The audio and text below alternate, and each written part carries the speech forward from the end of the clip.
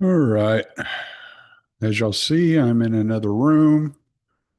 I have been sweating all day. It is not ideal.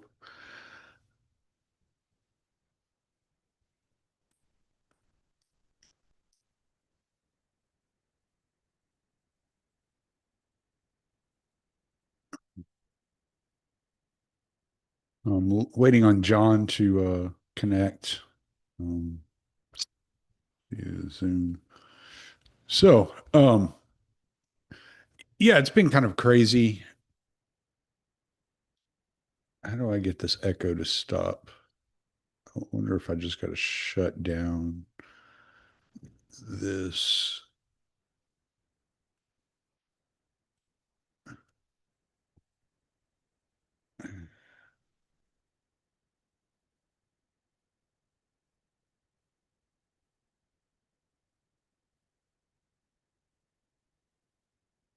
So, all right. Well, that should hopefully that takes care of it. John should be joining shortly. I don't think that we're going to have the opportunity to read chapter 4 and 5 of Ordinary Men tonight because of the setup I'm having to work with at the moment. Fortunately, I was able to figure out how to do a live stream using Zoom. Was able to sit down and do that today. Um, the AC in my house stopped working on Saturday. And so I have been, it has been miserable here at the house. And I've been off for the last couple of days. So I haven't had a chance to say they haven't had a chance to come out and fix it. They should be out tomorrow with a new compressor. And so that has been a thing that's been going on. We've been struggling with the heat because it happened right in the middle of a massive heat wave down here in Southeast Texas. My mic is set up different, so hopefully the sound is okay. I know this room echoes. I'm upstairs in a spare bedroom that has been emptied out for the most part, minus a couple of things. Um, because the AC works upstairs and not downstairs. But everything, our entire lives are downstairs. The kitchen, the my office, the bedroom, everything's downstairs. So we've been forced into a full size bed. Um, Dogs have been sleeping on the floor and not in bed with us, and that is driving them crazy. And I don't have my normal office set up. I'm not as comfortable as I should be, as I normally would be. And but there's AC up here, so I decided to record up here. And because of where we're recording, it's just damn near impossible to do the reading because I can pull it up on screen, but I'm not sure. Let me just look. Where's the share? Show captions. Oh, there's share. Usually it's oh,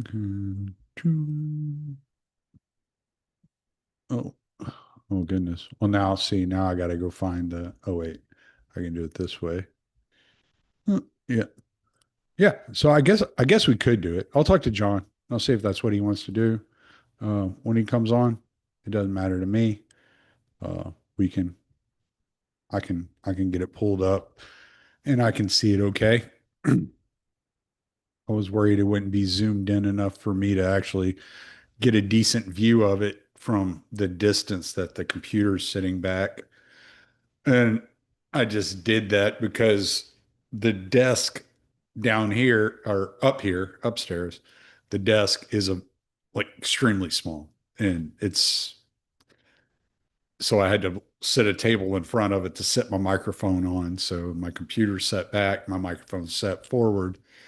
Um, Again, if the sound's off, I apologize. So what else has been happening this week? Well, so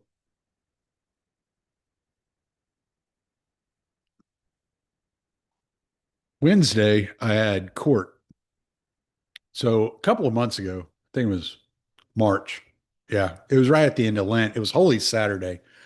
I was on my way home from church and I'm coming down the highway to my house. It's a two-lane highway.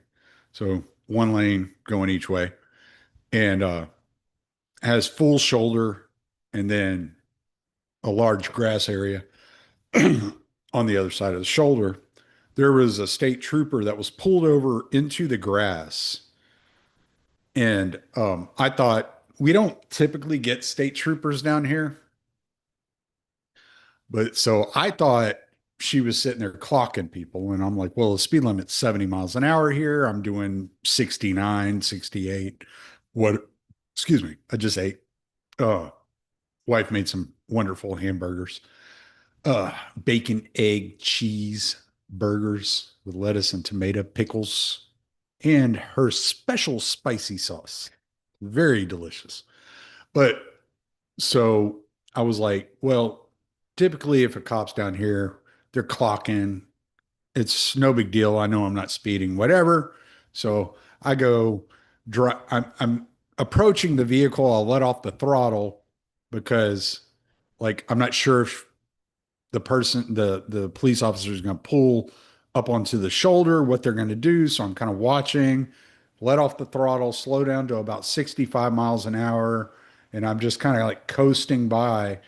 And I see her walking around the truck, around the front of her truck. And I'm like, crap. So then I get over and I'm straddling the lanes into oncoming traffic, but there's no traffic oncoming at this point in time. So I'm not too worried about it.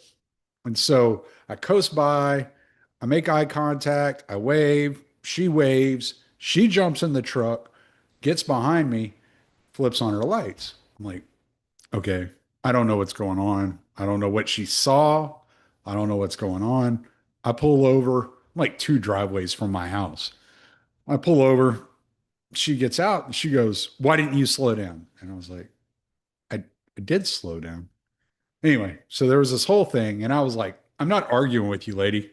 Like, I'm just not going to sit here on the side of the road and argue with you. Like, whatever. Write your ticket. I'll go to court. We'll figure it out. So I had court on Wednesday. So the ticket initially was $1,500.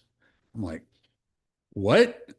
They're like, yeah, the state has put all these precautionary measures into place to keep police officers safe, this, that, and the other.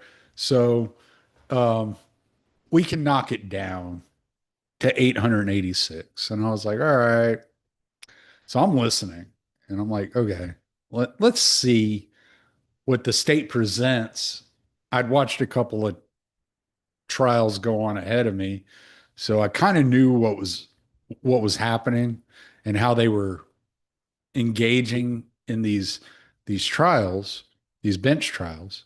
I knew how it was being engaged in. I saw them being there was a CDL driver right before me that he had missed he had missed an exit for an inspection station. And he said the reason he missed the inspection station is there was a car on his right hand side that was traveling at a distance he was unsure about. So he felt it was unsafe for him to get over into the right hand lane and pull into the inspection station. Okay, fair enough. I mean, you do have to use some common sense and some of your own skills and ideas about what's happening around you. Um, a lot of times when you're driving truck, you're trying to guess what the people are going to do. And so you're trying to put yourself in a situation to where you can make the most educated guess as to what the person's next move will be so that you don't make a false move and cause some incident. Not every truck driver is like that. I'm just saying that's just the generally the way you when you're driving a truck, you're trying to cut down on your interactions with four-wheelers because you don't want there to be a hazardous situation which causes like fatalities or injuries on the side of the passengers of the four-wheelers. So I kind of was like, I understand where he's coming from, but the cops like insisting no, the car was far enough behind you. You had clearance to move over to the right. What are you going to do? Like, if the cop says you had clearance, the judge is going to take the cop. The state's going to be on the cop side. The judge is going to take their side. And it's like, do you have a witness? Do you have evidence? That type of deal is what they're asking the guy. And obviously, he's driving a truck. He doesn't have a witness and evidence. He's freaking using his best common sense, his best understanding of how other drivers react and operate to make the correct determinations on how he acts going forward. He felt it was unsafe to pull in the way station. The cop didn't. And so my word against yours. So I'm like, oh, I see how this is going. There's, I should have asked for a jury trial and not a bench trial. You know, I mean, I hadn't had a ticket in freaking 20 years, something like that. So I didn't even know how they handled these things anymore, honestly. So like, I'm watching and I'm like, oh, okay. And so, excuse me, the state starts reading the evidence against me or evidence. It's, it's what the police officer had turned in as their filing for my interaction, my encounter with them. And she had written that she had pulled me over in a 65-mile-an-hour zone. Well, that's purely untrue. It's a 70-mile-an-hour speed limit on this road once you get past a certain point. And there were some other things that were said in the filing, such as I was I was going. She had said I was going 66 in a 65, and that's not true. She had said that I refused to slow down, which is false, completely untrue. And she had said that I did not move over, which is completely untrue. So the way that she's painting the picture is I'm putting her in jeopardy. There was there was absolutely zero safety at risk that day on the road. She was able to open her door and get in her truck without so much as stepping into the lane that I was driving. Like she had plenty of room to interact and do whatever she wanted to do. So I'm I'm like, okay, I just saw this guy argue his case, and it's like my word against yours. And I was like, at this point, I have no evidence. Like, what evidence can I provide that no, it was actually a 70-mile-an-hour zone and not a 65-mile-an-hour zone? What evidence can I provide that, well, I actually let off the throttle and I moved over and straddled the lanes in order to make sure that she had plenty of room as I saw her walking around the truck. I have no evidence. I have no witnesses. There's nothing I can do about this. I can't fight this. So it's like, I'll take the $700 discount and I'll go on about my business. Um, Kind of ridiculous thing to have on your driving record, but it is what it is. 7:03. And John is still not here. It's not like John to be late. He must be working on an article. That happens sometimes. He hasn't messaged, so that's a good sign that nothing major is happening.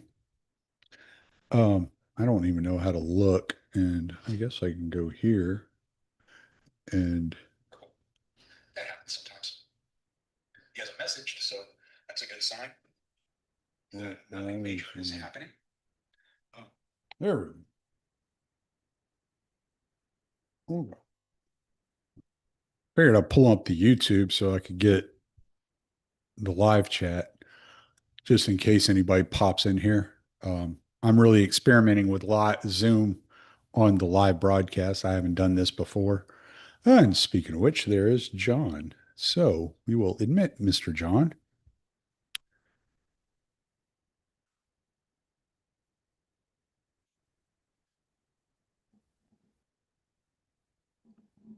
Can you hear me?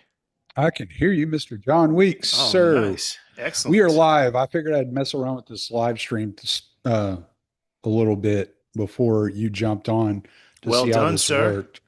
Yeah, I figured I'd work on it. There's nobody on watching, so you can act stupid or do whatever you want to do, and nobody's ever going to see anything.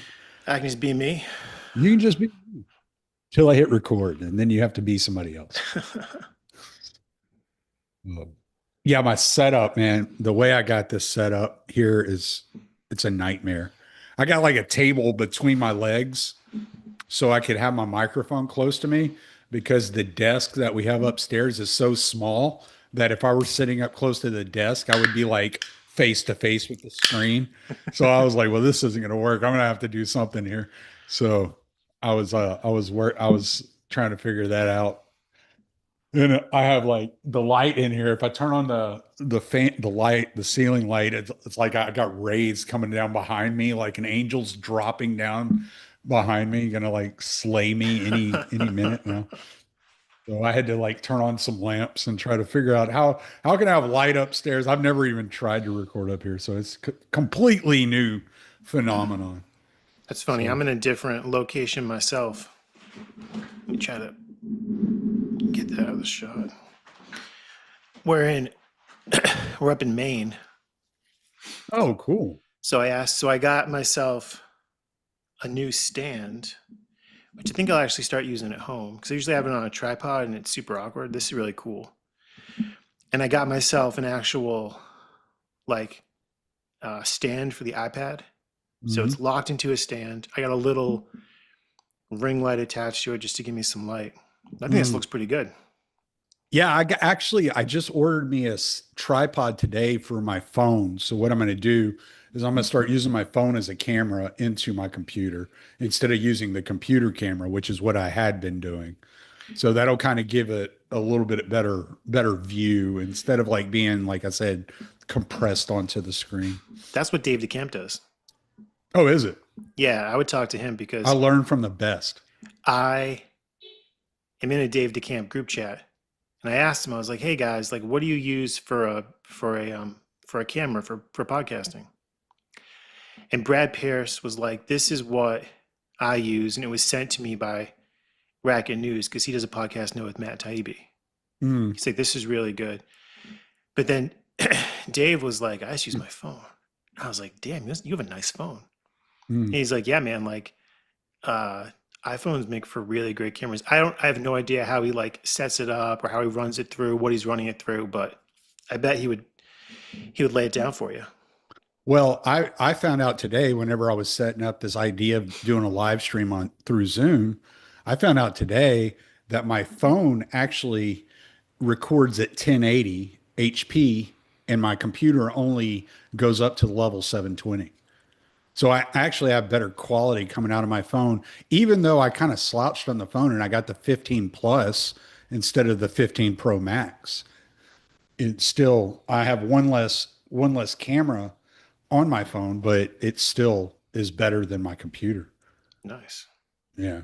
So that's what got me thinking about that. And I was like, you know what? I'll just go ahead and order a tripod and do that. So Awesome. I was telling all these unfortunate souls the story of my last week and going to court and all that good jazz. That Yeah, was man, I'm so sorry for the injustice that you have suffered here. sorry for my loss. Good thing is my wallet lost weight. So I can lie and tell people it was me. Man, I've been sweating all freaking day too. It's like I was downstairs and I was messing with the computer in my office downstairs and I was sweating in there. And I was like, well, I was like, I'm already sweating. I'll go outside and I'll do some stuff outside because I tore down my greenhouse. A lot of the wood was starting to rot, so I just tore it down and I've been cleaning up that area and I was sweating balls. So I was like, all right, I'm gonna take a break. I'm gonna sit down and have a beer. Then I go back inside, like I cool off and I'm like come down to like temperature. And I'm like, all right, I'm gonna go continue working on this live stream stuff. So I go work, mess around with the computer. And then I'd go back, I'd be sweating my balls off. I'm like, well, I'm already sweating. Let's go back outside. So as soon as we're done here, I'm taking a shower. I'm taking a shower, washing my hair before I go to bed tonight. I'm like, no, I am not going to be all greasy when I go to bed tonight. How's this sound? The mic is a bit further away than normal. Is there an echo? You sound good. I don't Okay. hear an echo. All right. You sound Well, it's typical all Tommy. like I mean, this room is like basically empty and wood floors. So that's why I was concerned. It sounds good to me. We'll see what the comments say. There's somebody there. Uh, Somebody's always watching.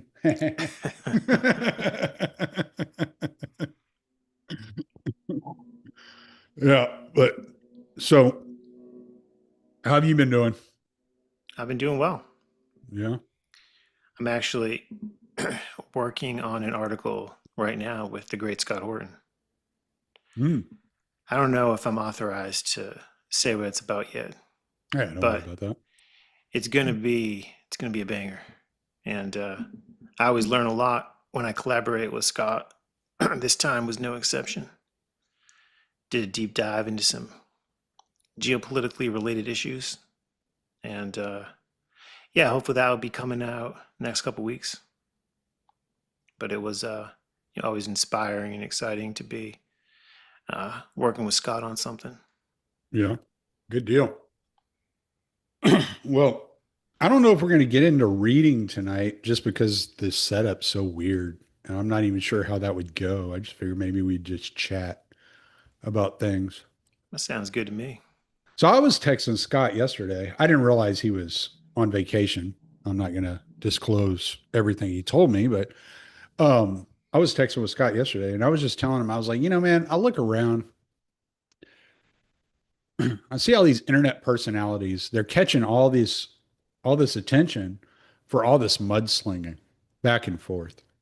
I was like, man, I appreciate you keeping me around because I would never like degrade myself into that type of world just to get some eyeballs, just to make a couple of bucks.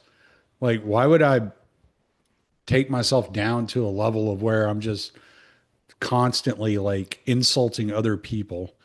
Like, there are so many, like, I'm so much more interested in ideas that it seems like demeaning to me when I see people acting like this.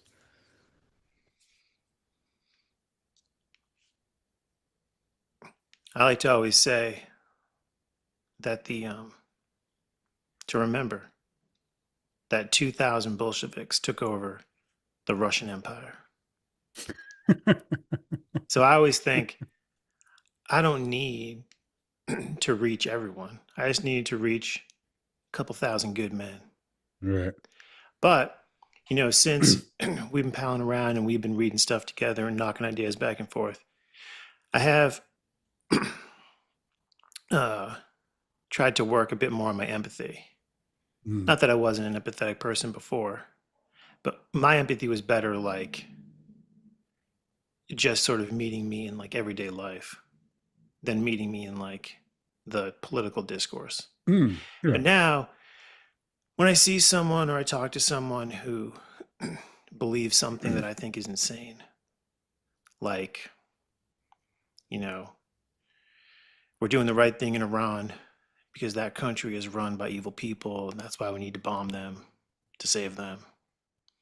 I try to have empathy and be like, all right, this person, their beliefs are pretty far from mine.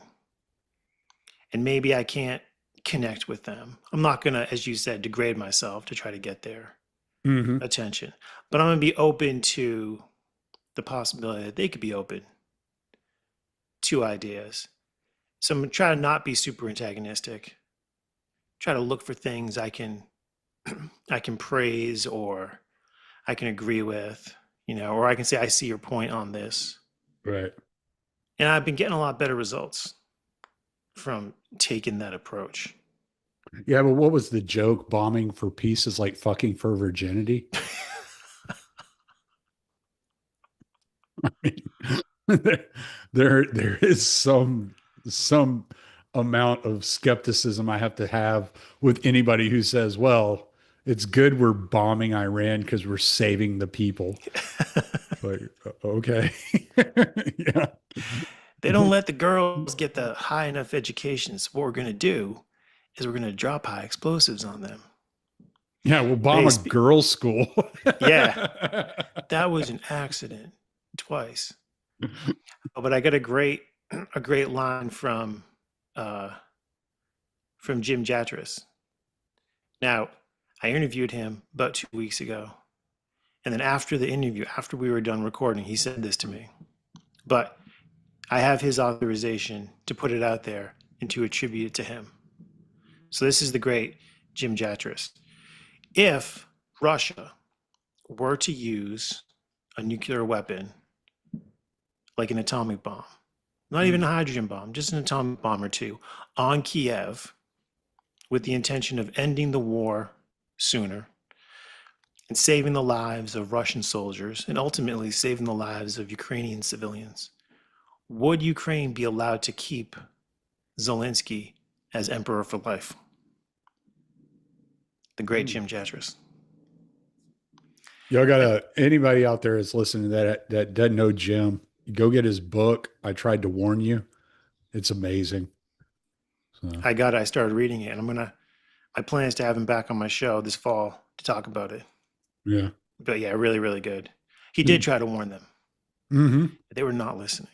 Yeah. No, I mean, we're talking about he went to Ron Paul's event and gave a speech trying to warn libertarians. I mean, he was shooting up the flags everywhere, just like, hey guys, you got to recognize what's happening here. I had him and Daniel McAdams on my show one time. It was right after the Russian war started, the Russian-Ukraine war started. It was right after that. It's probably 2023, I guess. So I had them both on together. He got my channel banned for 2 years. Were you guys voicing Russian talking points? I guess. I just named it as like the name of the podcast was The West at War. That's all I named it. And we were just talking about America's influence in the Ukraine-Russian war. And I couldn't access this channel for 2 years after that. Damn. Yeah. That's the censorship industrial complex right there coming down. Yeah, and it's like, dude, I don't even have a big YouTube channel. I don't even like promote YouTube or anything like that. It's just, like most of like I'd say like 95% of my audience comes straight through audio download alone. Like I don't even know if people know that I do video. Well, they do now because now the podcast hosts like Apple and all them iTunes and all those other podcast hosts, now they upload video too. So I'm always putting my videos up now everywhere. Man, that's crazy. Because Victoria Nuland can go before a giant Chevron sign and say, we've poured $5 billion into Ukraine. Mm. And then you go on. I'm like, they poured $5 billion into Ukraine. Yeah. And they're like, oh, that's a Russian talking point. Right. I think it's, not like funny in like a laughing way, but kind of funny that it's not just that they poured all these billions of dollars into Ukraine. It's not just they train their military and arm their military and continue to do that and give them intelligence to do strikes. But they also basically have State Department personnel throughout their entire government. running their entire government and funding their government to the extent that it probably would collapse without that funding. And then it's not even it's just not sovereign at all. Mm. It's just complete, it's like beyond puppetry. It's like a mockery of sovereignty. But if you point that out, that's like a thought crime. Hmm. Yeah. Yeah. It's weird that, well, and it's like, depending on how you're using the information, depends on whether or not they like you saying it. So if you're like, yay, America is funding Ukraine and the Russian to defeat Russia. It's like, oh, okay, well, he supports America funding Ukraine, so he can say it. But if you're like, man, America needs to stop funding Ukraine in the Russian war, and they're like, oh no, this is Russian disinformation. Yeah, You're then it's like, malinformation. yeah, Like you said some stuff that's true, but not for you our said cause. it for the wrong You said reasons. it because you're against it. So Yeah. that's bad. Yeah, it's crazy. It's just wild. It's like, you think we don't see this stuff? Like, we actually see what's happening here. You know, it's wild that they think they can just keep pushing, and people are going to further radicalize. This is one of the things going back to what I was saying before, one of the things that drives me crazy, it's like, and I've kind of like, and you and I have kind of like joked about this a little bit, but these people that are like, Israel's responsible for everything. And it's like, no, man, check it out. Israel has a lot of money and a lot of influence with a lot of powerful people. And sometimes they get their way. And most of the time, when they get their way, it's bad for the American people. And we should definitely dissuade the political establishment of the United States from siding with Israel in most of these conflicts and almost all funding. I agree on that. But you can't blame Israel for stubbing your toe this morning. It's not Israel, dude. And I'm sorry that you're like so obsessed with this one topic that it has overwhelmed you. But not everything is Israel. Just like not every bad thing that happened in my life was my ex-wife's fault. Like, some of it was definitely my ex-wife, but some of it was definitely me, right? And so it's like, you have to kind of step back and be aware that there are bad actors all over the place, and some of these bad actors have a lot more influence than you want them to have. And you should speak up about those bad actors having that influence when that influence directly corresponds with bad actions taking place. But if that bad actor is not visibly or provably involved in this situation, you probably need to just take a step back and say, you know what? Sometimes shit just happens, and it's not always that person or that entity's fault. Well said. But I mean, we can't even have a common sense. You would think that the group of people that recognized the COVID pandemic for the scam that it was would have enough common sense to, when we're beyond that, to say, okay, I know how to recognize these false flags, these psyops. I know how to recognize it. But some of them, a lot of them, turn to just everything's a psyop. And I remember talking to my buddy LB Mooney's, about this on a podcast years ago, where it was just like, dude, like, these people that are like everything's a conspiracy theory drive me crazy. Like, they drive me as crazy as the people that are like nothing is a conspiracy theory. Like, it's just like, y'all are both crazy. Like, neither of y'all are listening to the words that are coming out of your mouth.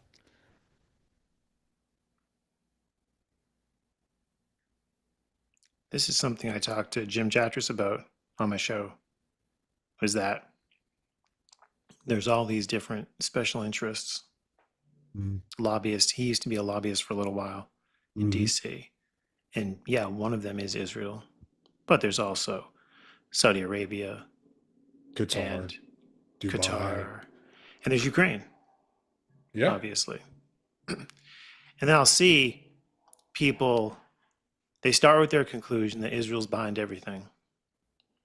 And then they have to craft a narrative in which this is how Israel is ultimately behind the Qatar lobby and UAE's lobby and what's going on in Ukraine. And they killed this guy over here and they killed that guy over there.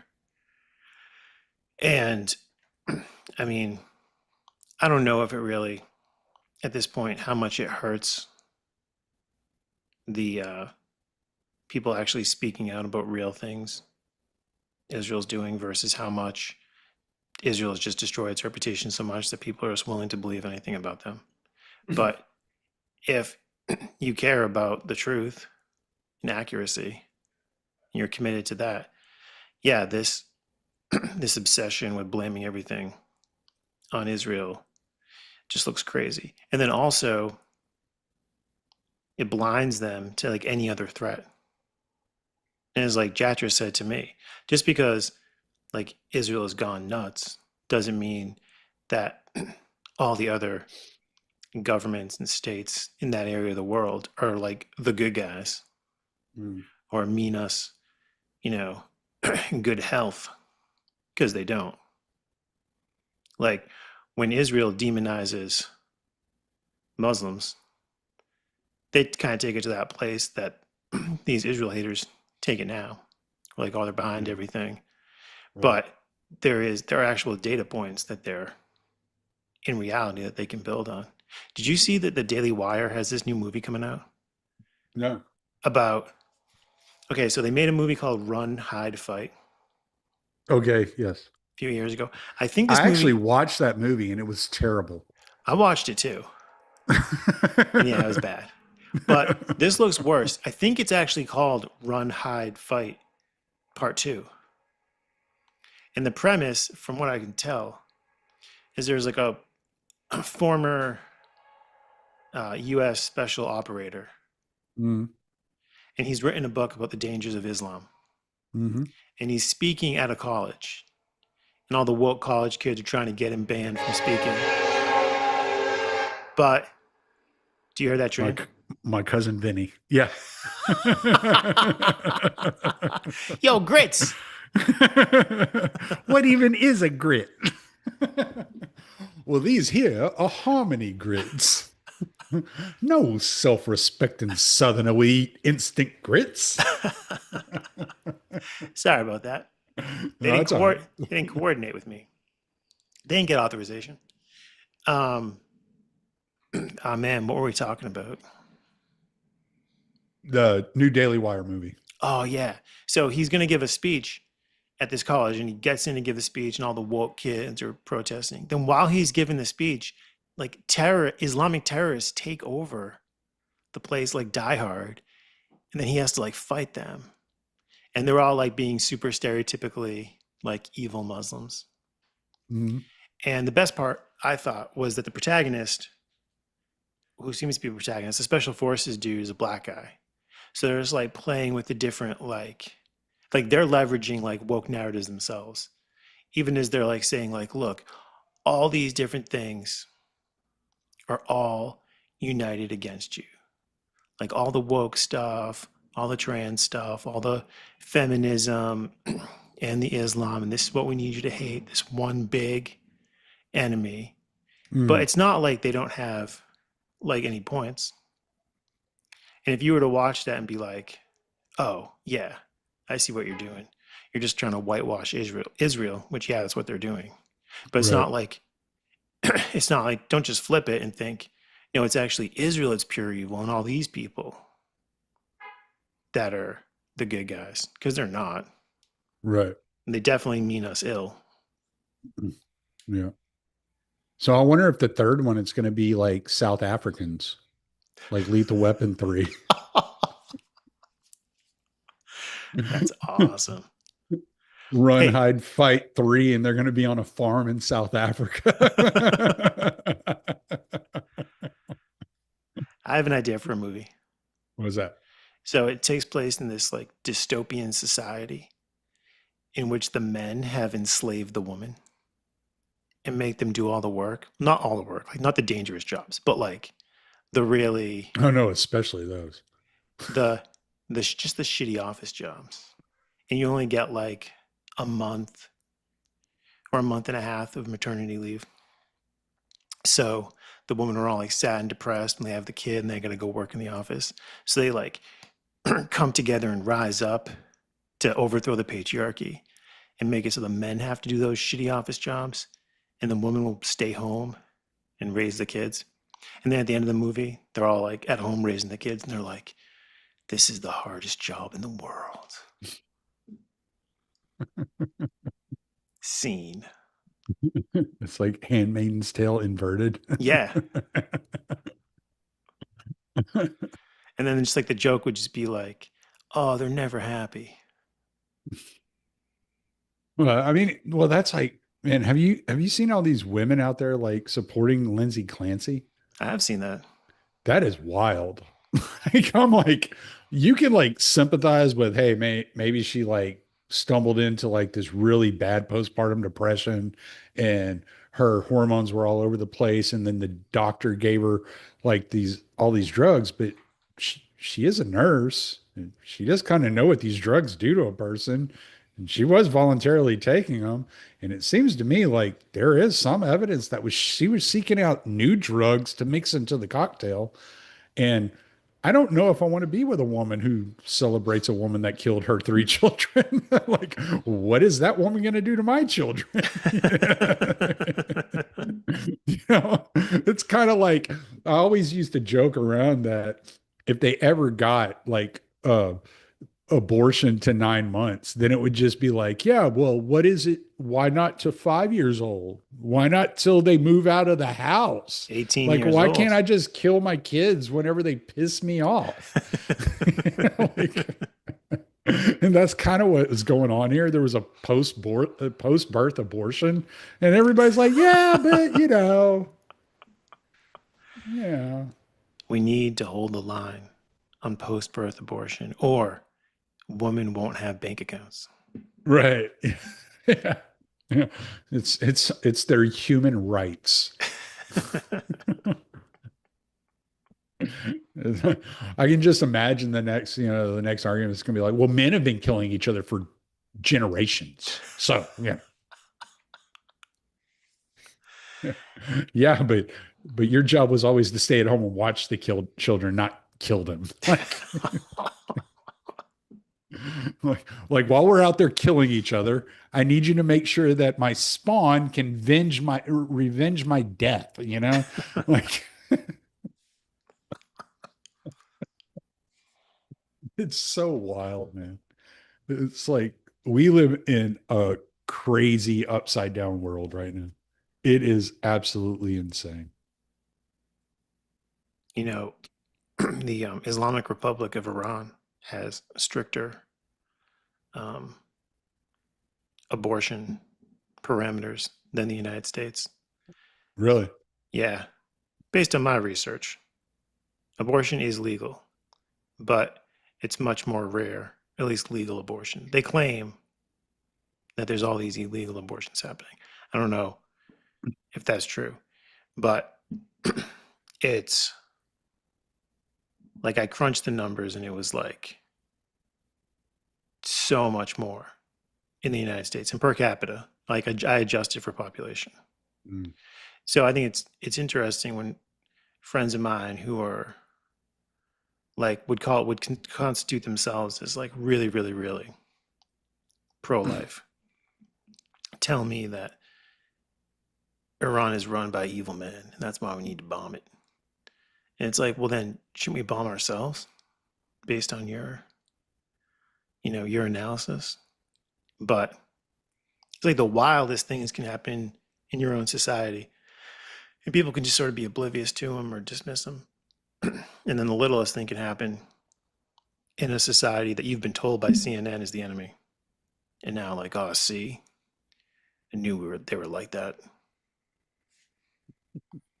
They have anger management issues. We hit one of their schools twice, and they got all emotional, all bent out of shape, and all angry. They need some therapy. I'm gonna see if I can move this photo over because I have an ad I have to run.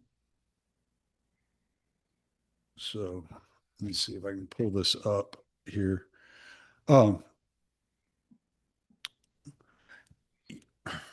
what do you think is going on with the Iran war right now? Oh man, I try to keep up with all the different podcasts and read the news stories and Yeah. whatnot. And it just seems like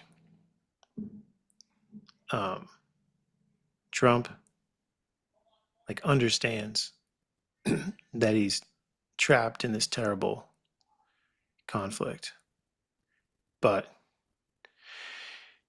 he just can't figure out a way to extricate himself without damaging himself politically. Hmm. And so he's he's trying to sort of have it both ways. He's not just ending it and coming home, but he hasn't fully escalated. Um, but the longer that that goes on, um, I know Daniel Davis thinks that Iran might just take the initiative and conduct some strikes. And not crazy strikes, but just like, communication strikes. But then if that happens, like, what are we going to do? What's Trump going to do? And it just seems like the longer this goes on, the longer, the more you have the possibility of escalation and disaster. And then with this being in some ways tied to the Russian war in Ukraine, Mm. I mean, like, this could go to a general nuclear war. I don't think that's going to happen. I certainly hope and pray that's not going to happen. Yeah, I find that unlikely, but I mean, nothing's impossible, you know? Right. I think very unlikely. Yeah. But it just seems like if they could just wrap this up. Now, if anyone could do it, Trump could do it. He's the guy who could wrap this up and secure his base and go into the midterm elections strong. But he's just surrounded by people who are committed to the Zionist agenda, and they're so all in on got to take out the Iranian regime. They're just not going to shut up until um, that's achieved, and it's not possible to be achieved. Even if like they like firebomb Tehran, I don't think the Iranian people or state are going to give up. What do you think's going on? Uh, I think that think I think Trump is trying to appease two parties that are never going to come together, and that he thinks that he's got this golden tongue and can make it work. And I just don't think it's ever going to work. I think Israel and Iran are going to be at odds for the next 1,000 years. I don't think there's anything Trump can do to get these two parties to come together and make a deal. And he put himself in a conundrum that he cannot get out of.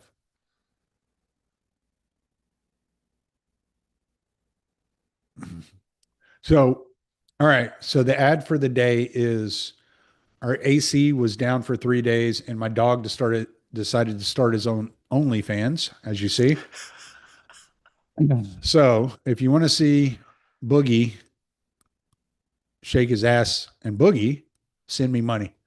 That was it. That's the end. So we got to All the make, best to Boogie.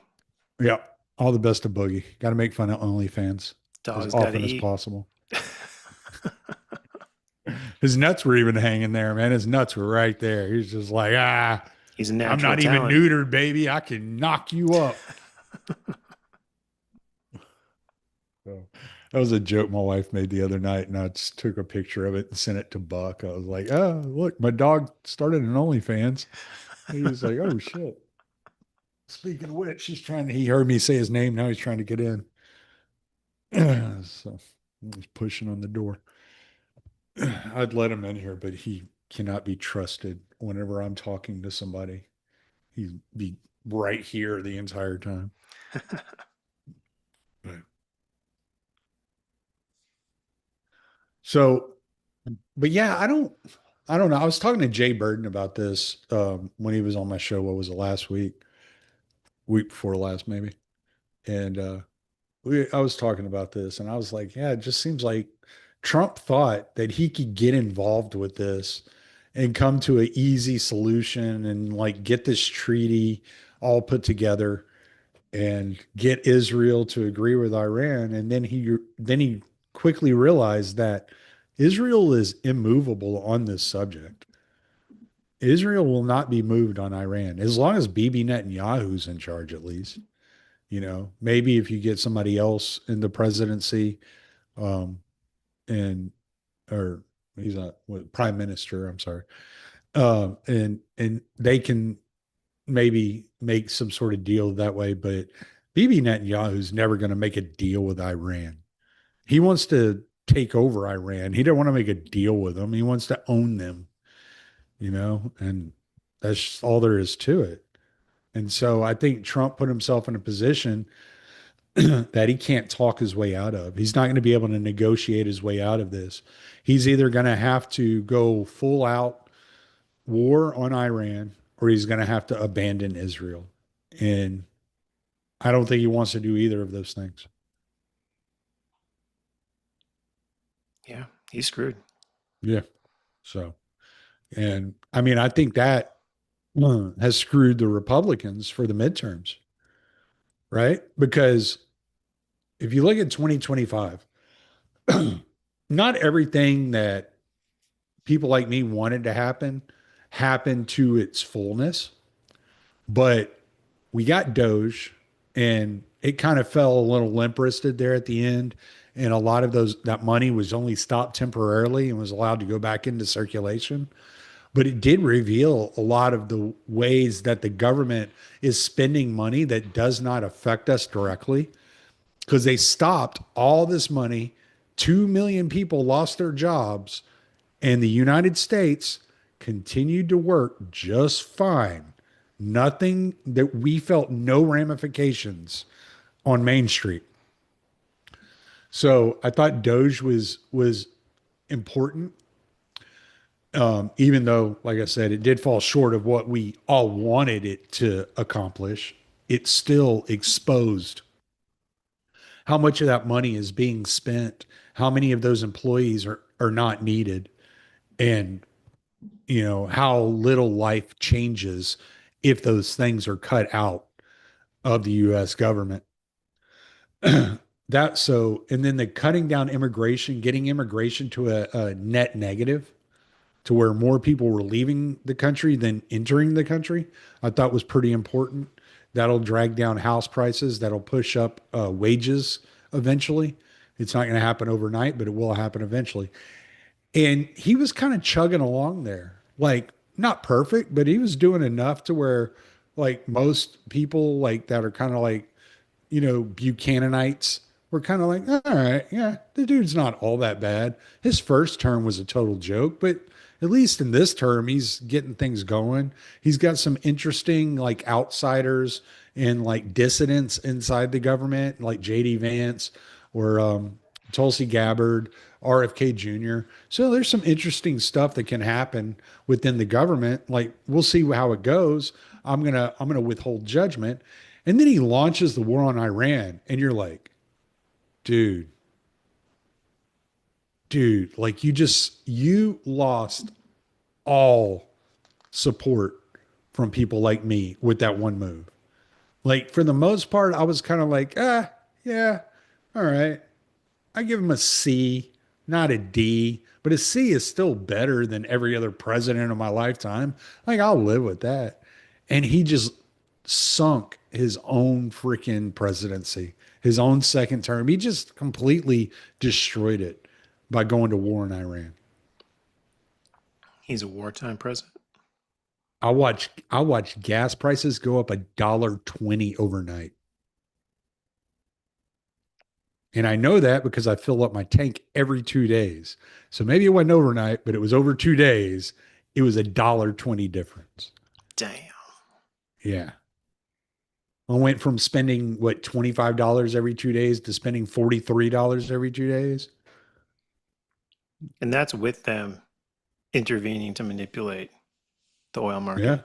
Yeah. Yeah. They've almost depleted our reserves. I heard somebody report the other day there's like 40 days worth of reserves left. And that's why they went to this whole like, we're going to do this economic D Day on Iran. I like that. I remember when FDR, having declared victory against Nazi Germany 20 or 30 times, announced that we were going to do D Day. That's what really won the war right there. That's what really won the war. It was I like, like how hey, some D Day. reporter asked Treasury Secretary Bassett, like, wasn't D-Day a surprise attack? Why are you telling us this? And he said, well, we don't want to do anything precipitous and collapse the global economy. Well, so what are you trying to do? Like, we just want to collapse part of the world's economy, but we don't want it to affect us. Mm-hmm. Well, you know, in Yeah, I mean, D-Day there were casualties, bro. yeah. Well, We took and it's like casualties. they can see the writing on the wall. And it's like we have to do something drastic if we want to win any of the seats in the midterm. If we want to hold, like, the House is pretty much gone. It's done. They're going to lose the House. It's pretty much said and done. They could lose the Senate too, though. And if they lose the House and the Senate, JD Vance will be our president before 2027. You think Trump's going to get impeached and convicted in that scenario? They'll absolutely, they'll find something. Every president does shit. Like they'll find something.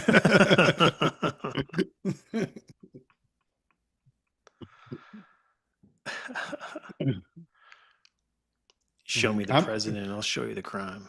damn straight. Yeah. Yeah. That's definitely for real. Like every president is involved in something. There's there's no way to sit in that office in that city amongst those people and not get your hands dirty. You're doing something. It's just a matter of how how much does that something matter is, one of those things. Yeah, like what lines do you cross? What enemies do you make? Hmm. Once upon a time, I was a newspaper reporter in a small town, and I wasn't from the town, but it was a cool little town, and everyone like loved to read the newspaper.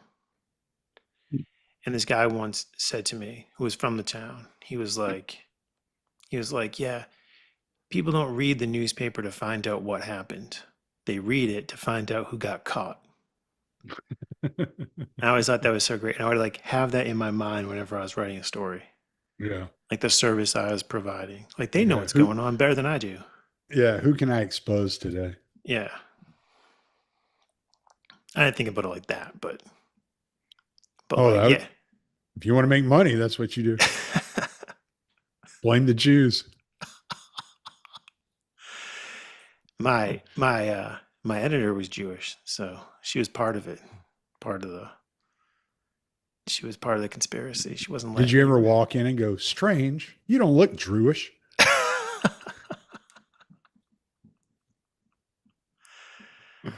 You know the sequel's coming out next year? I heard that. That's so great. Yeah. Yeah, I heard that. I was like, I think I heard about it like what 2 years ago. I think I heard it was first announced that they were going to make it, and I was like, oh, that's gonna be so funny. And what's isn't it called Spaceballs Back Again or something like that? It was like something so lazy as the tagline. That's great. It's like, okay, as long as the Schwartz can be with me, I'm okay. The world could use some Schwartz right now. We all need some Schwartz in our life.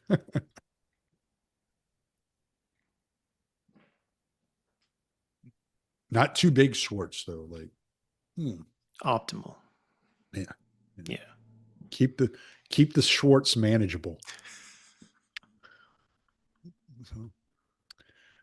And what else is happening in the world today? Well, I wrote an article for antiwar.com Mm-hmm. this week, a news article about the state of democracy in Ukraine. And it's getting spicy over there because I thought democracy was over because they were at war, so they couldn't be democratic anymore.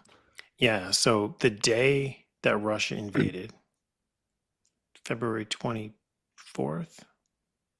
2022, I think it was Yeah, I that think it day. was the 24th. Yeah. That very day, Zelensky declared martial law. And then, according to the Ukrainian constitution, when martial law is in effect, you don't have to hold elections, Mm. but you can if you want to.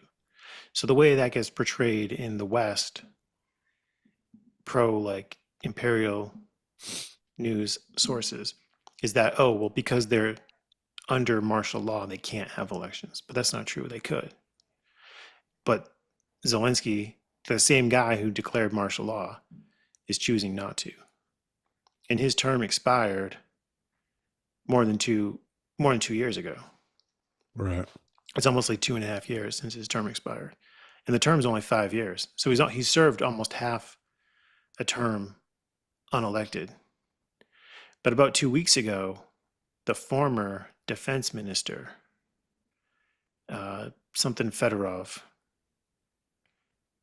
came out and said, we should hold elections.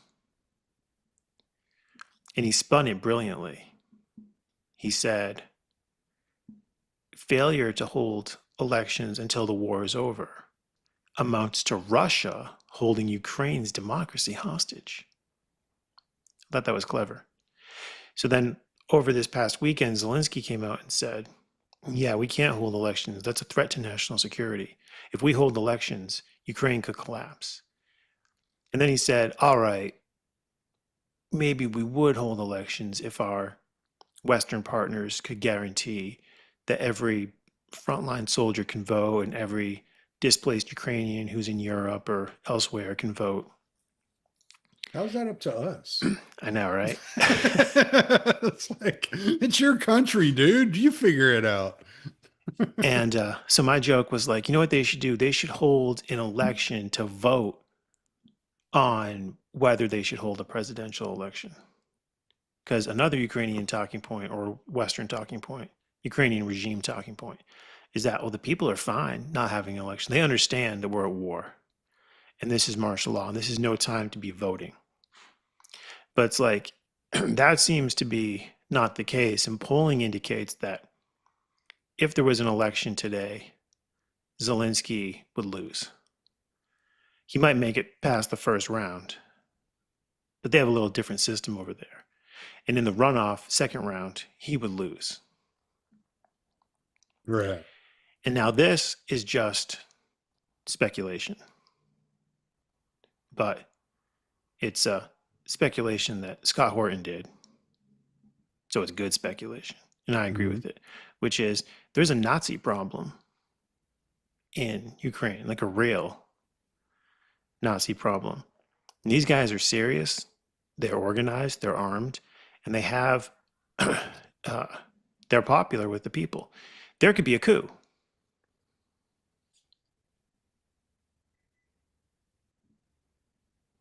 Go ahead. I'm listening.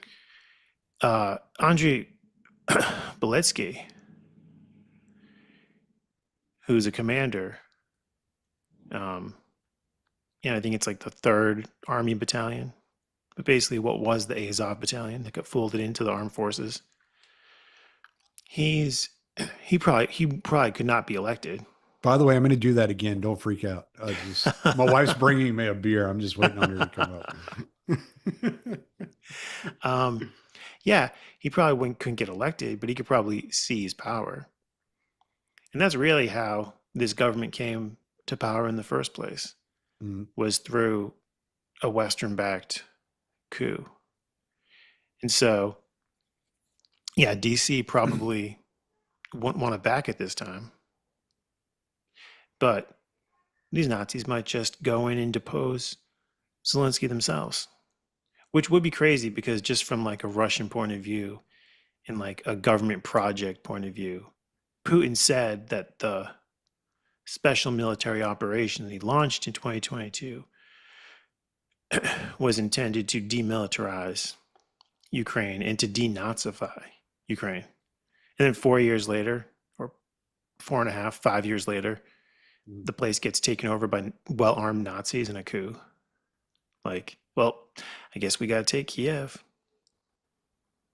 And it's funny because I'm like, pointing out how corrupt the Zelensky regime is. But at the same time, it's like, I'm not a big fan of democracy. So I empathize with him a little bit, Mm. But they're the ones that say they're for democracy. And then quite clearly they're not. Well, what democracy has done, and you can give the credit here.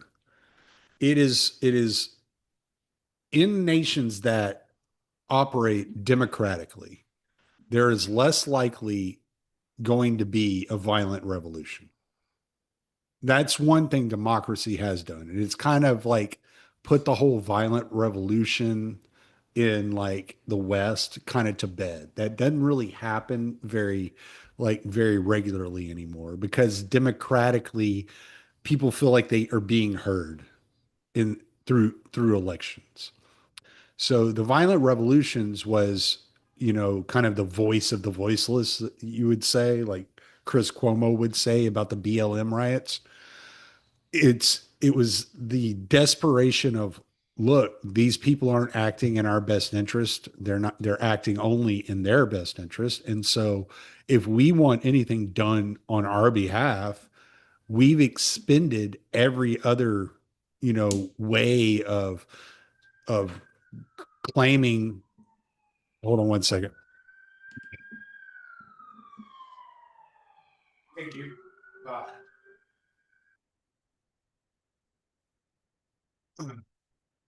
So we've expended all other ways we have to voice our opinions and our needs and our desires and what's best for us. This is our only recourse left is revolution. And so they would turn to revolution. I mean, it's found a way to kind of curb the desire for men to overthrow government in a lot of ways, and has empowered people to enrich themselves without seeking power in many different areas. And but it's also kind of nullified the responsibility of being in touch with what the leaders are actually doing, right? Because we feel like, well, if I fill it in my pocketbook in a couple of years, then I can just vote these bastards out. And that's kind of like the idea. So it's kind of a two-edged sword, I would say, that it has ended that brutality of the revolutionary mindset in the West to a massive extent.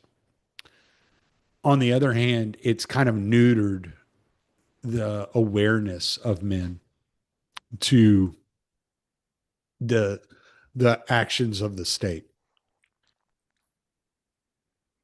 Well said. I like yeah. when I say things well. Me too. Sometimes I feel like I'm rambling and then you're like, well said. And I'm like, oh, pat on the back, dude. Good job. I'm gonna go back through this episode, go to the transcript and take that for my writing. Great source, great footnote right there. Yeah, you can edit it and make it more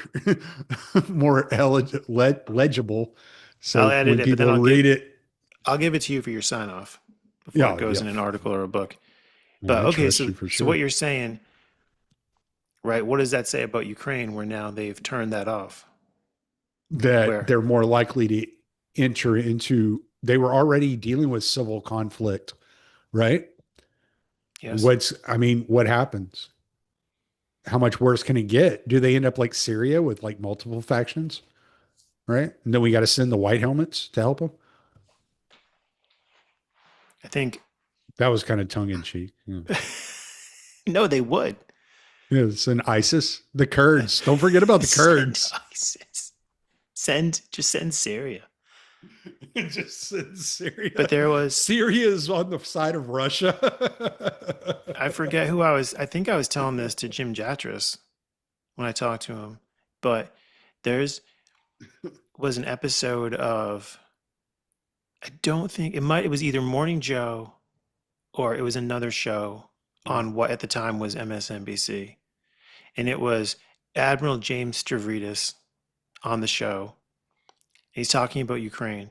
And he says something like, I think we should just fast track. This is while the major war has started.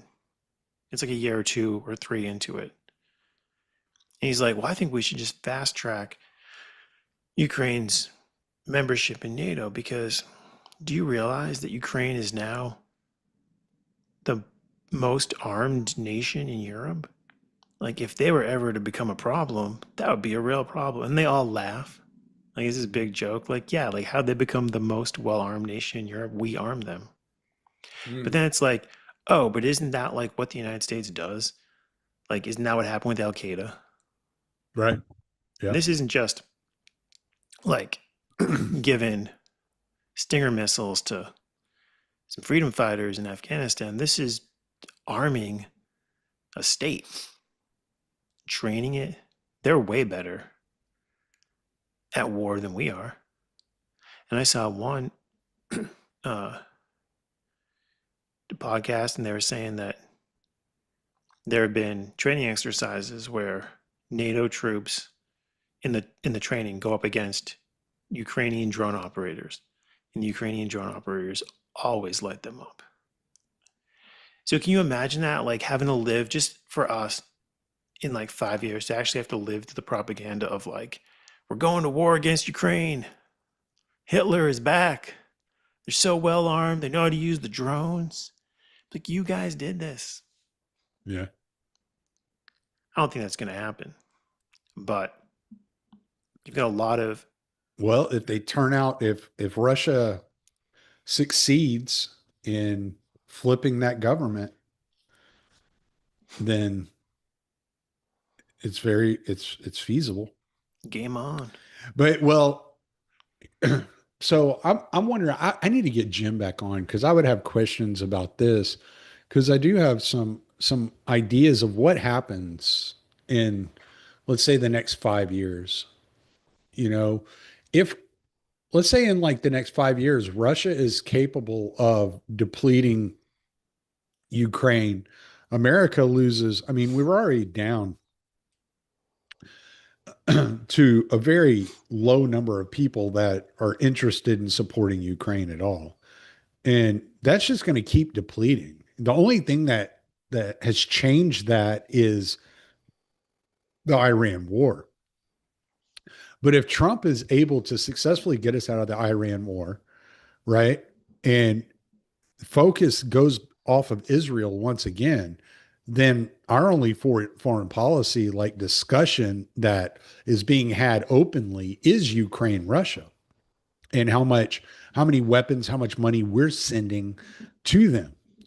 So if the American sentiment towards Ukraine continues to drop and people start getting vocal about not supporting Ukraine and pulling support for Ukraine and leaves them to their own devices, they will eventually be left with no choice but to crumble under the weight of Russia. Russia can just wait them out, right? And if that happens and Russia's able to, let's just say Russia decides we want to take 3/4 of the nation. We don't even want the whole nation. We just want 3/4 of the nation. The rest of the nation can be split up between Poland and Slovakia or whatever, and Russia takes, up to Kiev. Like, yeah, that could very easily be our next enemy are freaking terrorists coming out of Kiev. The stab in the back. Yeah.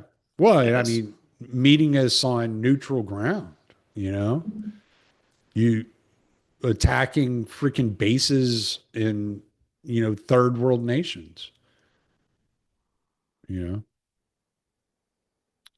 and then Dave Smith's idiom comes true once again. If you want to see America's next enemy, just see who they're funding today.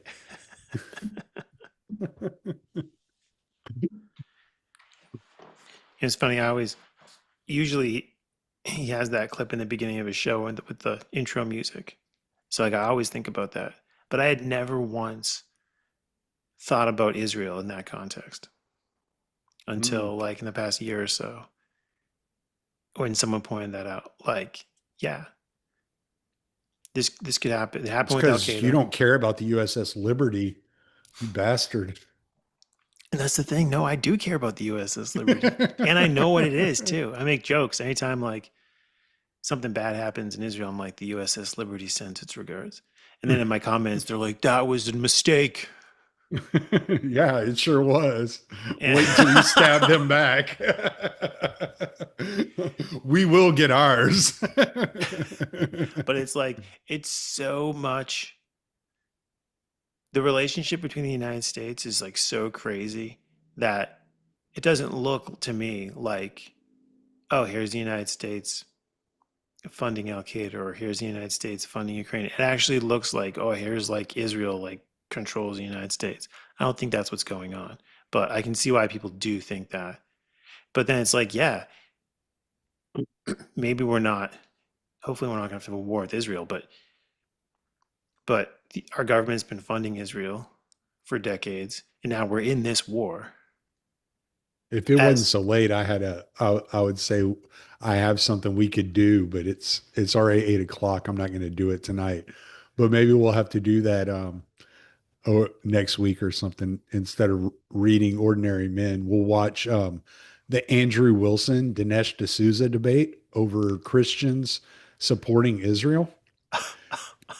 So Andrew Wilson's like solution is like the best I've ever heard when he said what we should do is we should send Christians to Israel to take back the Holy Land from the Jews and send the Jews back to Europe. I was like, I am with him. Let's do it.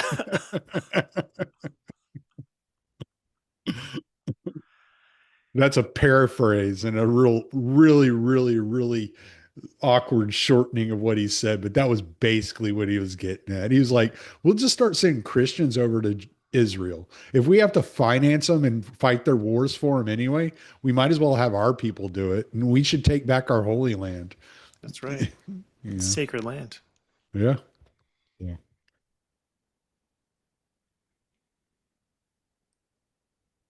Oh, she just told me no, she's not going to bring me a beer after she already brought me a beer. I don't know why she would do It's preemptive. She's thinking about that next bear. that. She's probably like, nope, there's one left. I'm going to have the last one, you bastard. I've been working in this hot ass house for all fucking week. I ain't mad at her. She can have that beer. So, anyway, you were saying, I'm sorry. I interrupted you completely. Well, just that I've been listening to that Dave Smith line for a few years, and I never fully applied it. But when you do fully apply it, you're like, whoa, we get a lot of enemies, Mm, funding a yeah. lot of different movements and states. Yeah. Well, especially when you cut off funding. Yeah. It's like the welfare mom that gets mad at the government for cutting off her welfare. I don't know how popular it is here in the US, but I know my wife told me she saw it a lot when she was living in England, that she would have friends that were dependent on government benefits. And so they would make sure they got jobs that paid a little enough money so they could continue gathering their government benefits. They wouldn't work any more than they absolutely had to. But they wanted to keep those government benefits, that free money coming in. They wanted to maintain that free money coming in. And I mean, I'm sure there are people in the US milking the system in that way, where it's like, well, if I want to get my social security check next month, I got to make less than this much money. So I need a job that pays under this amount so that I can keep gathering that social security check, you know, and you will find people like that. And so it's the same thing when it comes to nation states. I mean, it's just a broader scale and possibly more dangerous when you're dealing with those types of people. But they they would definitely, if somebody's dependent, and this is something that I was actually like really surprised when I had Batya on my podcast, and I've asked her to come on again since then, and she's agreed. And then it's just we've never been able to nail down a time. So I don't want anybody to think that the reason Batya hasn't been back on my podcast is because like something happened. It just hasn't worked out time wise. Um, most of it's my job schedule. It's not hers. It's my work schedule. It makes things difficult for me to schedule interviews. But, I had told her, I said, like a lot of these people, a lot of young people are starting to see that, hey, like the reason all these nations have, like national healthcare systems in their country is because the US is, essentially paying for their defense. And she goes, yeah, I hear that about Israel all the time. And I was like, I didn't even bring up Israel. I was like, well, I'm just talking in general. Like it's a thing, you know?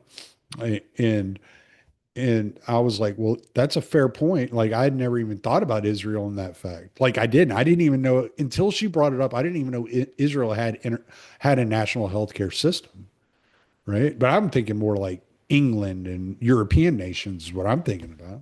And she's like, yeah, I've heard people talk about Israel about that, and you can say what you want about Boccia. Scott's had his run-ins with her, which were kind of funny. Um, but she is an honest person. Like she is going to be completely upfront with you about her support for Israel, why she supports Israel the way she does, but she's not going to like demonize you for not supporting Israel. The only reason she would ever like come at somebody is if she felt like they were being unfair about Israel. At least that's my read on her. She seems like a genuine person, a really nice lady.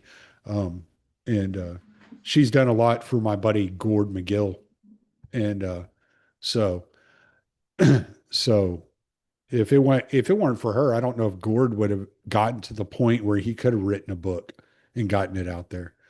So, you know, she did a lot for him, publishing him in Newsweek constantly about the trucking industry. And so, I have a lot of respect for her, but, not everybody does. I get it. Like, whatever. Can't like everybody. But yeah, like her bringing that up was just like, oh, like these people, the people that support the causes that we're against are aware, at least some of them are aware of some of the problems and do see that they are problems and it is it you would be able to like tackle that subject with her and actually have a conversation with her and say, hey, look, like we got to do something about this because we have a, a depleting healthcare system here, which I'd argue a lot of that is due to government involvement, but that's another story altogether. But the Hey, if Israel is the only thing standing between us and universal health care, we owe them a debt of gratitude. Thanks, Israel. yeah, yeah. I don't even think it's like necessarily universal health care, but yeah, we could go there. We could just take it like to the like extreme levels. No, what I think is, there would be more money.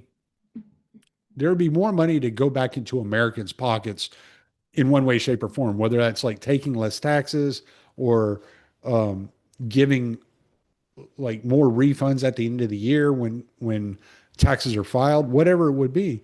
Like if we're not spending that money on Israel's defense, then that's more money in the US's pockets. Now you could look at maybe the US would, more than likely the government would find another way to waste the money. I mean, we'd probably both agree with that.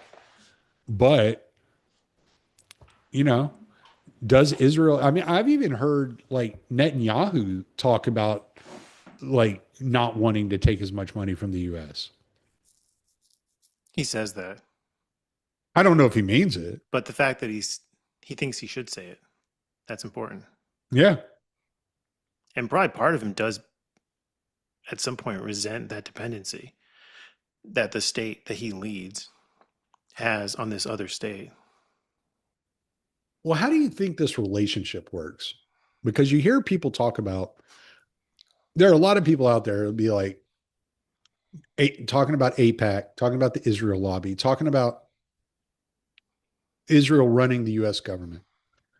But I mean, honestly, it would take us 2 days to destroy Israel. It's a nation of 10.2 million people. Like it would not be a fight, right? If we wanted Israel, we could take Israel in a heartbeat. It would actually be easier to go to war with Israel than Iran. Um, like just to be honest. So I don't believe for an instance, like I don't believe for a second that Israel runs the US. I do believe they have an overinflated influence.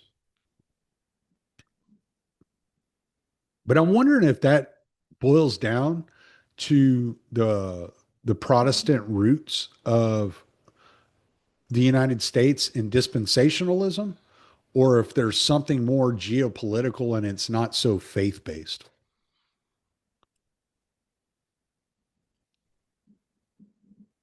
It's a deep question. My thought is always that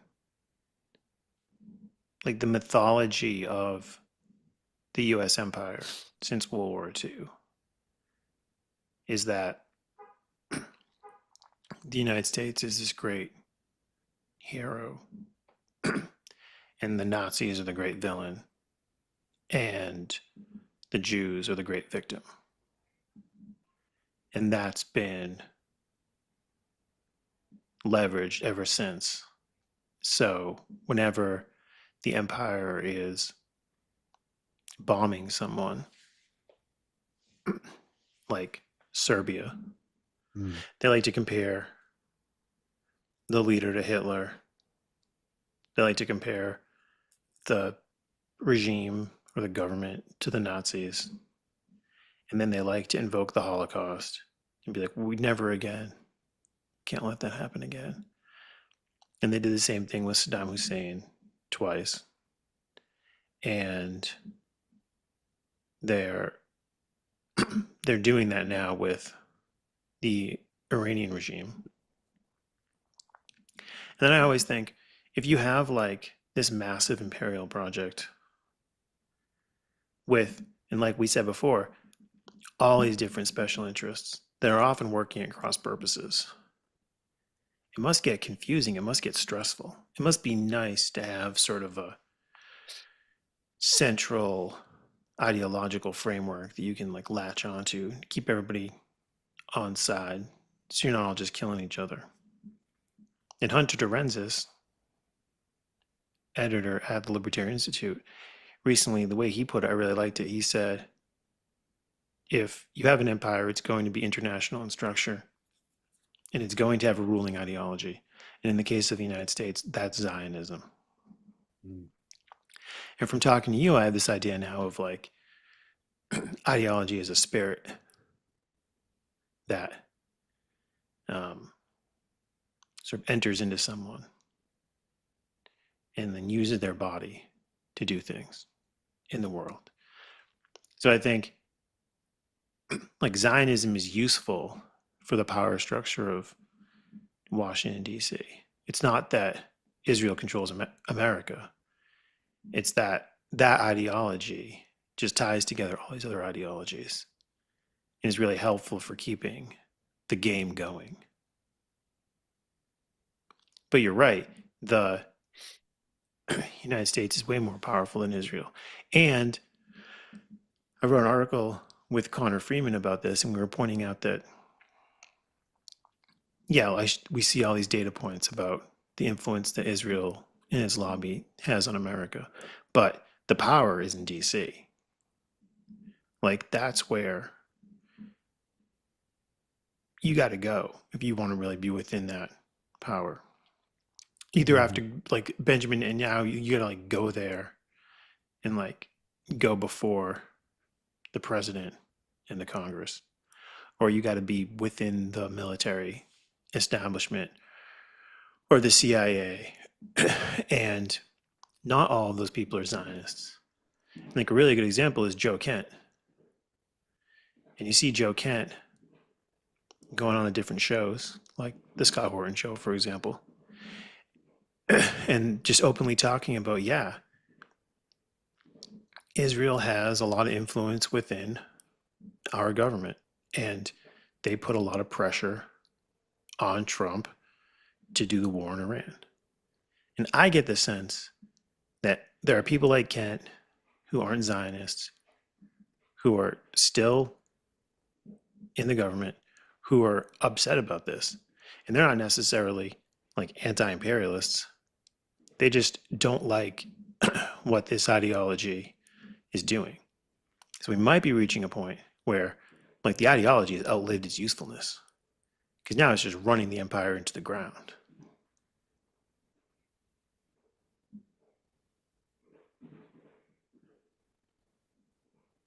Yeah.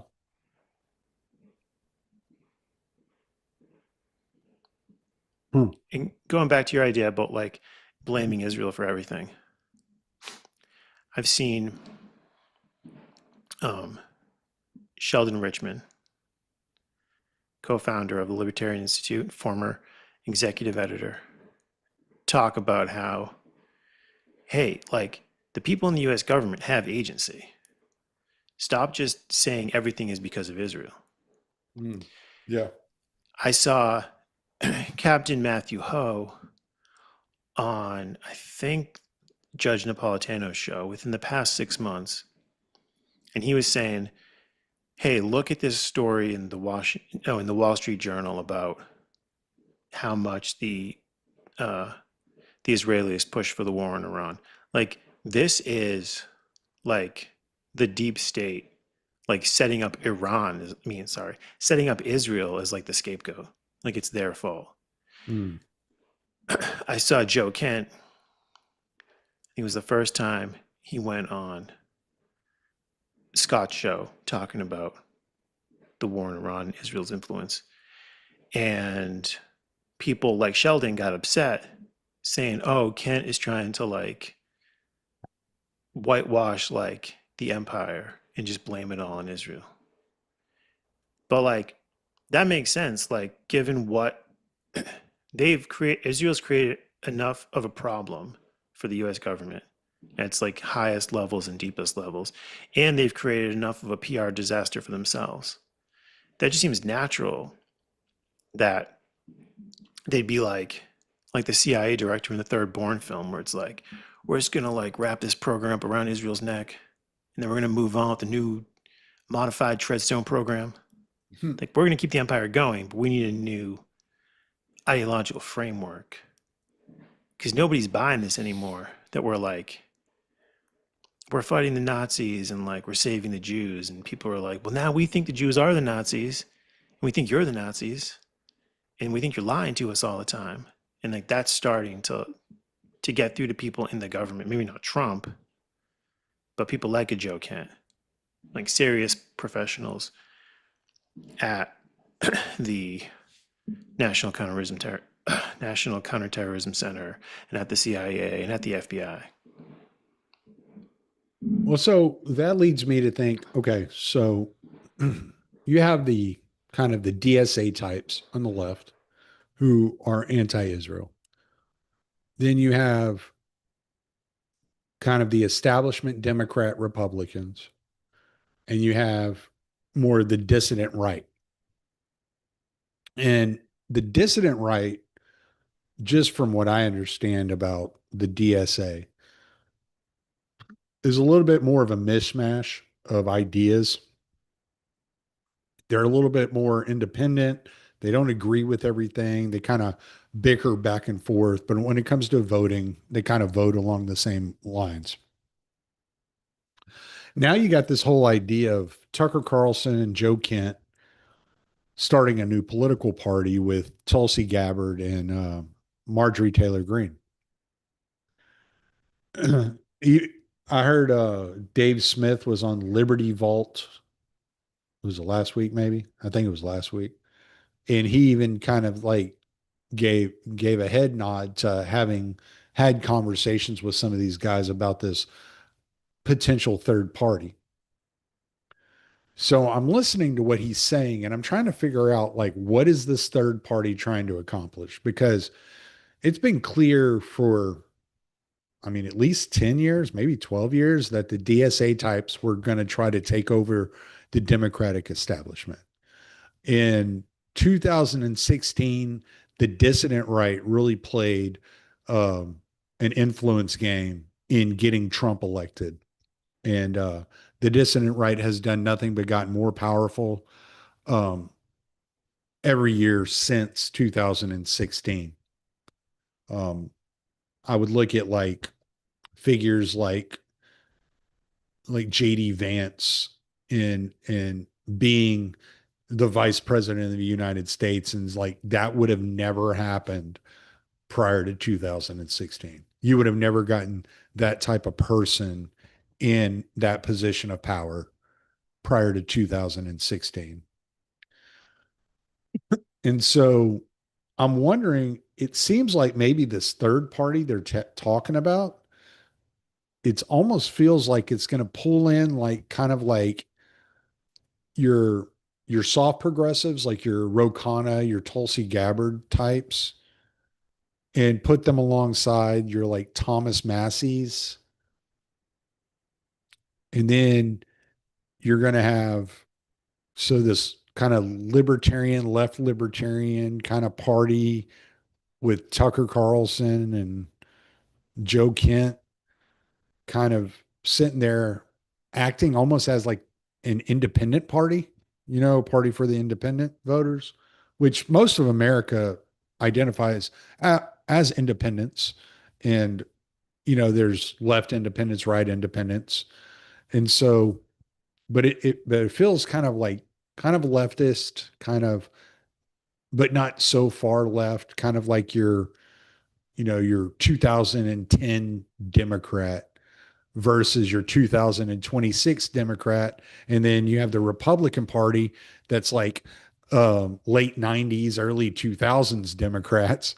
And then you have the dissident right, which is like 1950s, baby, and you're like, kind of like, what makes sense of all of this? And it's almost like they're trying to draw the line on Israel and say, if you disagree with America's support of Israel, come support us and our party. And so that's kind of going to be like their talking point for this like new party is like, we're the anti-Israel party. And I'm like, I don't know how much being against something is actually going to get you. Like, how far will that get you? And then I look around and I'm like, all the all the momentum seems to be in the anti-Israel direction. Like for the first, I was talking to Jay Burton about this a couple of weeks ago, and I was like, for the first time ever in my life, normies, just regular everyday people I work with, like I go to church with, just normal people. They don't pay attention to politics like you and I would.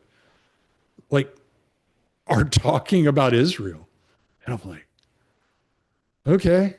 Like I remember like in 2018, 2019, we're like, I just wish these people would pay attention and knew what was going on. And now that they kind of have like they kind of know what the target is, they kind of know what's happening. Like they're so uninformed that the things they say about it are like kind of like off the wall. And you're like, well, that's not exactly the way it works.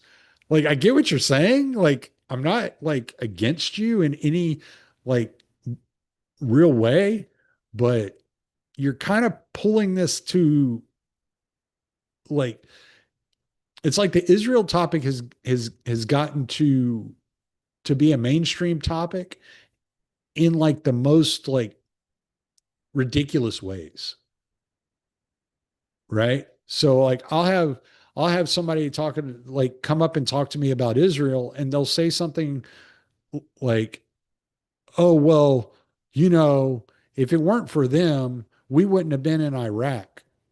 And I'm like, "Yeah, we still would have gone to Iraq." Like Junior was just insistent that he wanted to like go to Iraq and finish his dad's work in Iraq.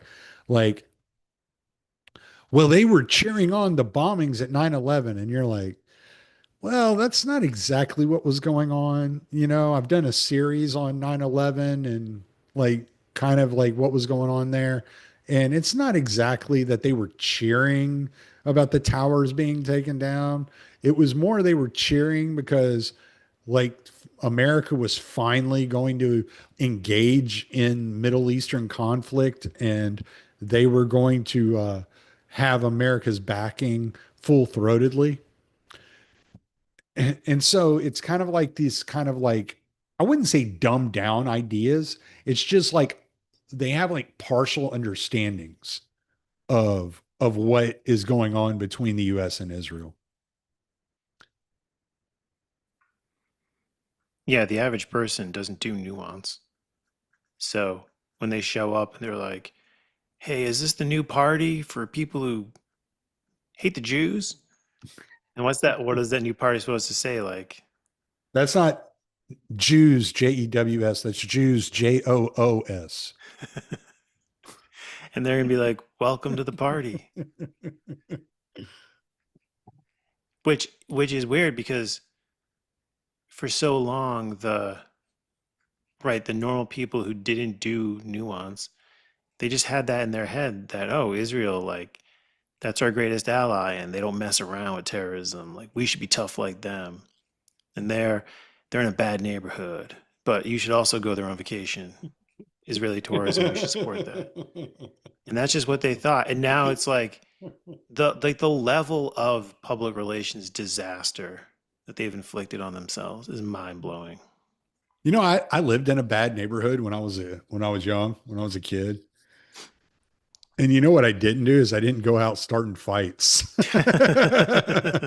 because it was a bad neighborhood and I might get shot. You didn't do preemptive defense? Come on, man. No, that was unheard of at that time. You know, I was the little guy too. I was a little dude when I was young. So it's like I was basically the Israel of the ghetto and I wasn't out there starting fights because you know why? Because I didn't have an America.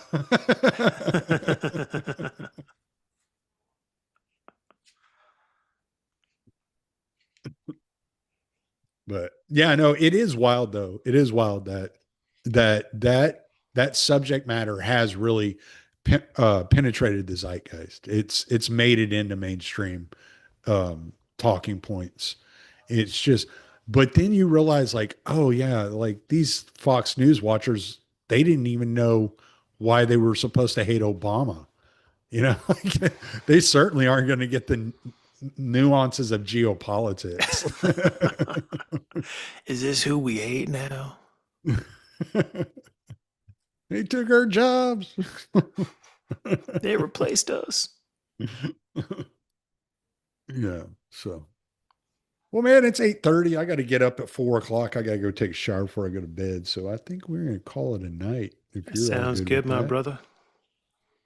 Yeah. So plug the anarchist. I never can pronounce that last word. Anarchic Areopagita. Areopagita. Goddamn Latins. That's my podcast. You're a Latin. You guys can go check it out. Most recently, I interviewed the great Jim Jatras, and before that, the great Tommy Salmons. I did republish that on my Substack, but yeah, go to Anarchit Areopagita for give him the numbers. So yeah, And what do you got going on besides the uh, the dog's OnlyFans? I got to go back to work tomorrow. And then Sunday, I'm going to my mom's. So Sunday's my birthday. Whoa! Happy almost Yeah. birthday. Yeah. I'll be that much closer to 50. I've done like I hit 45 and then 46 and now it's just like yeah I'm almost 50. That's like it. Like it's like I'm still on the right side of 50 and I only got a few years left. so so yeah, I'll be 47 this year. So You make it look good. yeah, yeah, make it look old, man. I had some girl a while back tell me I look like I was 60. I don't see that. Yeah. Well, my wife was telling me I look like what do you call them? The Khoisan. So the tribal people of South Africa, the Khoisan. She was like, "You look like Khoisan. You need to start doing something like putting lotion on your eyes or something. You got all these like crow's feet." And yeah, I was like, "It's like I appreciate that." She's like, "Your skin's getting a bit leathery from being outside all the time." I was like, "Okay, I'm going to go outside now." So, but yeah, so my birthday is Sunday. I don't even know what my work schedule is next week. I can tell you right now though. If I can pull it up, should be right here. I haven't even looked. It's been such a nightmare dealing with not having the AC and just trying to sleep upstairs with these damn dogs. So our bed downstairs is huge. We have this huge, like, I think it's a California King. Oh, see, I'm off Monday and Tuesday. So you and I can get together either Monday or like Sunday, well, probably Monday night if that's okay with you. Monday night works for me. Yeah. So, and I should be back downstairs. They should be here tomorrow, hopefully, uh, to fix this compressor. But yeah, it's just been such a nightmare dealing with that, with this AC being out. And our bed downstairs is so big. And typically our dogs sleep in bed with us because we have a large bed. And Boogie, he's been sleeping with me since I got him. He was 5 weeks old when I got him. Oh, And and at that and he was with me over the road. He was with me in the truck when I was driving over the road. So for 3 years, it was just me and him. And so anytime I'm home, like that's why he's sitting outside the door right now, whining like a little bitch, is because anytime I'm home, he's like attached to my hip. It's like you can't get him away from me. Anything I'm doing, he's like right on top of me. And so we moved up to upstairs um, Monday night because we slept in the bedroom Saturday night. And it wasn't too bad Saturday night. And then Sunday night, it was pretty miserable. And then Monday night, I was like, we need to just go upstairs because the AC upstairs is working. So we can just sleep upstairs. There's not much else we can do up here, but we can at least, we have a bed up there. We can sleep up there, but it's a full size bed. So the dogs can't get in the bed with us. And so Monday night, since Boogie couldn't get in bed with us, he freaking paced around the room, nails clicking on that hardwood floor. Oh, oh, oh, oh, oh, oh, all fucking night. damn. All night. He would not lay down. He would not go to sleep. It did not matter what anybody said to him. He just whined all night. So neither me nor Beatrix got a good night's sleep Monday. Tuesday, because he finally laid on his, because I had put their dog bed at the foot of the bed.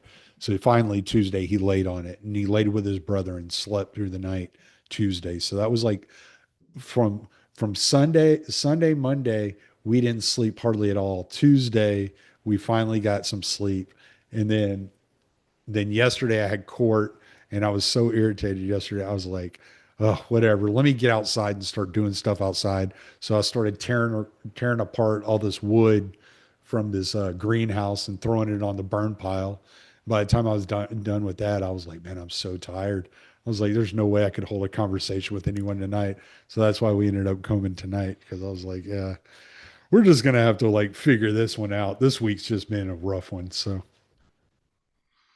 I'm sorry for your trials, my brother, but yeah, it is what it happy you're is. making it through it. Yeah. Yeah. We all deal with some of this stuff every once in a while. It's just, not everybody hears about it.